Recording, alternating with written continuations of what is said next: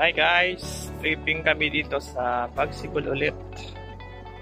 Yung client ay OFW ulit, taga ano siya, Taiwan. So time check 1:30, medyo mainit na naman, papainit na naman tayo. Yan, titripping natin yung kanyang asawa dito. So galing pa siya ng Taguig, sir. Minute up natin sa 13. Okay, so Pagsibol Village nga po, no down payment, no equity, duplex yung bahay, 10,000 lang yung lalabas yung pera. Ayan tayo. Dito tayo sa tripping ni partner. Pinapakita kay sir yung bahay.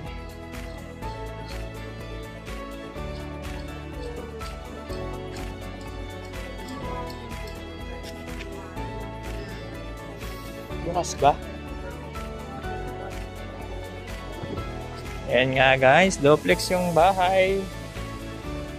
Lagi kong sinasabi sa vlog ko, paulit-ulit. Huwag po kayo magsawang manood ng aming tripping at vlog. No down payment, no equity. Ayan, ito yung pinaka-parking nyo. Mahaba po yan hanggang doon, 2.5 meters. So, tatlong klaseng kulay ito. Mayroong pink, merong blue at merong medyo green. Dito tayo, mainit sir dito. Ito yung green. Ito yung nakatayo na. Ito yung curvy parang like yung side location tumpak sa motor. Yung tinuro ko sir sa inyo kanina. Didiretso tayo dun. Kasi dito sold out na eh. Kasi yung mas ano yan, mas location. Kita mo yung site sa highway. Kasi ayun ay highway na. Lampasin na. Yan guys, tiles na lang ang kulang dito sa ating Pagsibol Village. Napakarami pong nakuha dito. Wow, katulad po nung last time ginagawa pa lang, ngayon tindahan na. Corner lot siya mini grocery. Yan maganda dito kapag nauna po kayong kumuha, tapos mga corner lot, ayan, tayuan nyo agad ang negosyo para kayong mauna.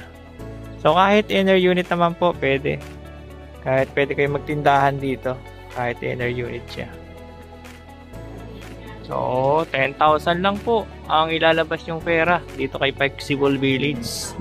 Tapos complete requirements lang, waiting na ng turnover. Tapos actually, marami ng mga diversion load.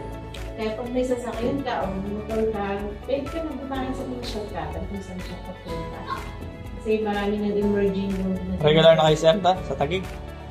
Regular na kayo sa work? Sakali uwian? Ha? Pero kaya? Oh, yun.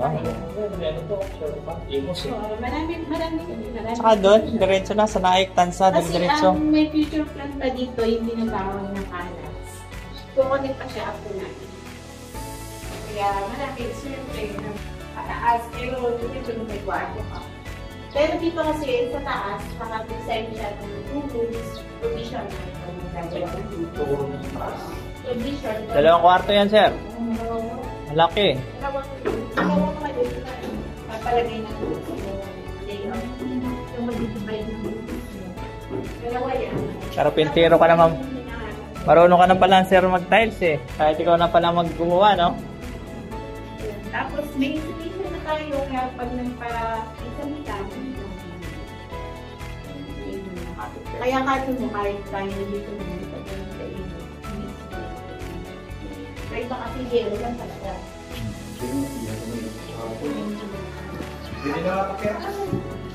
Oo, pwede na sir. Ayan guys, Pagsibol Village po dito sa Naik, Cavite. Eto, marami ng grocery dalawa. Yung kabila at saka dito. Yung nakagandahan kapag corner lot. Pwede ka magnegosyo. Ayan, Pagsibol Village.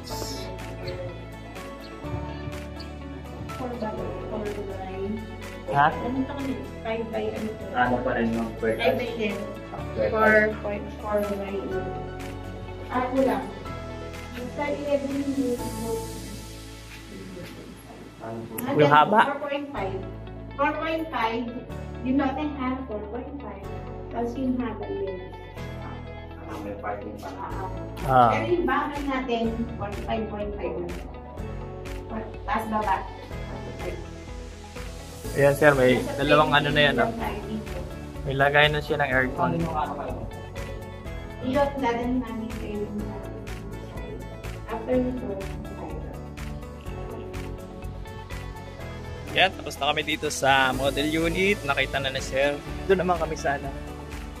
Sa Muson mismo, sa pagtatayuan na itong Pagsibol Village na bago. Let's go! Yan, nandito na kami sa mismo side ng Pagsibol. Tabi-tabi siya ng Governor's Drive Highway. Tapat lang ng cliff. Yan guys, Pagsibol Village as of June 29. Ito na po. Buti hindi may umuulan. Yan, ito yung entrance.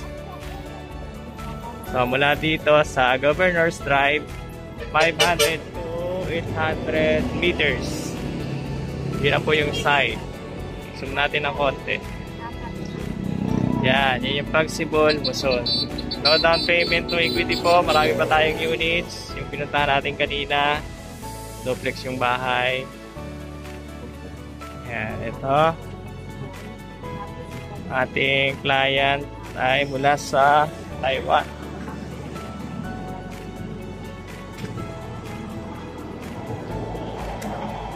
Papya. Ganda ang location ito kasi ano lang siya, highway lang talaga.